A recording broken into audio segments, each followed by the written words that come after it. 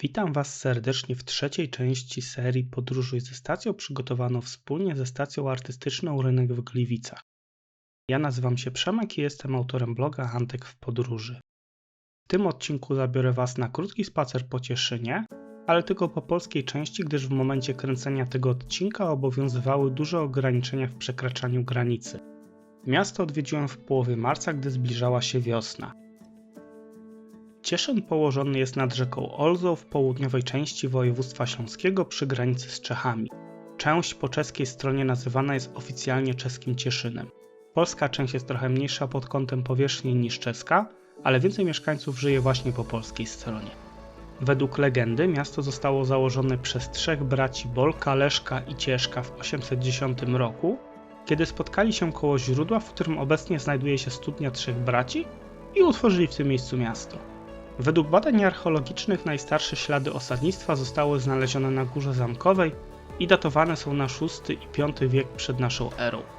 W Cieszynie można zwiedzić kilka fajnych miejsc.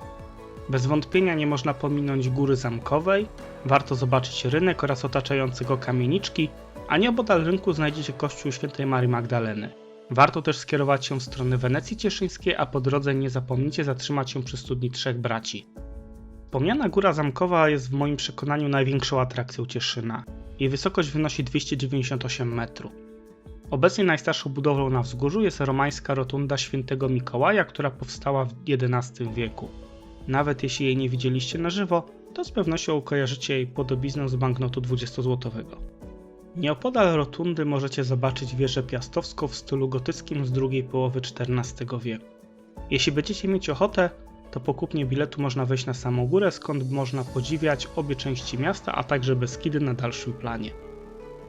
Zamek, który pierwotnie istniał na wzgórzu, rozebrano w pierwszej połowie XIX wieku, a w jego miejsce postawiono stojący do dzisiaj klasycystyczny pałac. W sezonie letnim rynek zazwyczaj tętni życiem, często obstawiony jest przez liczne ogródki pobliskich restauracji. Niestety teraz rynek był pusty. Rynek znajduje się w tym miejscu od końca XV wieku. Na jego środku znajduje się fontanna z figurą świętego Floriana z XVIII wieku.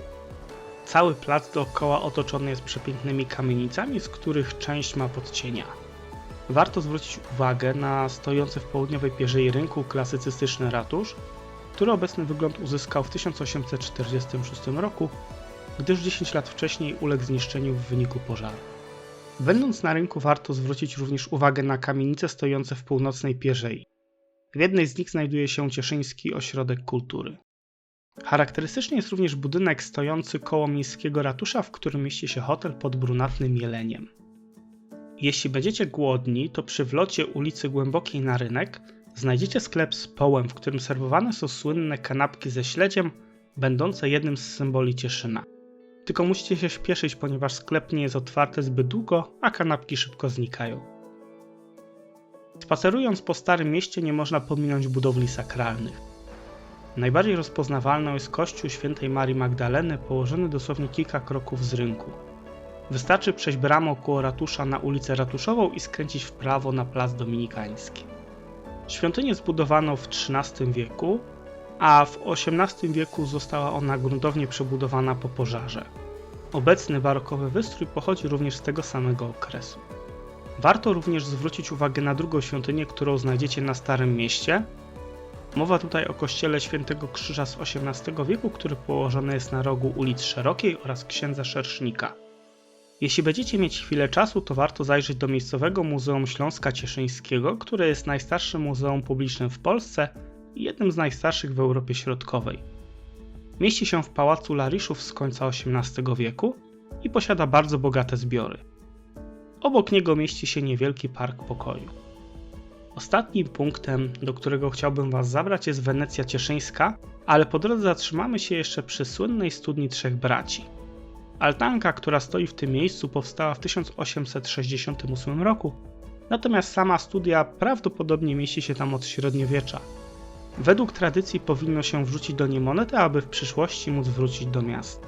Wenecja Cieszyńska znajduje się przy ulicy Przykopa. Biegnie tam sztuczny kanał o nazwie Młynówka, a domy, które tam stoją, powstały w XVIII i XIX wieku i pierwotnie mieszkali w nich rzemieślnicy tacy jak garbarze, kowale czy tkacze. Cieszyn posiada również swój browar, który działa nieprzerwanie od 1846 roku. Oprócz wymienionych wcześniej miejsc w Cieszynie znajduje się o wiele więcej ciekawych zabytków, o których nie wspomniałem, choćby kościół świętego Jerzego z przełomu XIV i XV wieku, czy trochę młodszy kościół świętej Trójcy, ale odkrywanie tych miejsc pozostawię waszej inwencji, jeśli tylko zdecydujecie się na zobaczenie Cieszyna. Mam nadzieję, że tą krótką historią zachęciłem was do odwiedzenia Cieszyna i zawitacie tam w najbliższej przyszłości. Tym samym w imieniu swoim oraz stacji artystycznej Rynek w Gliwicach dziękuję wam za obejrzenie części 3.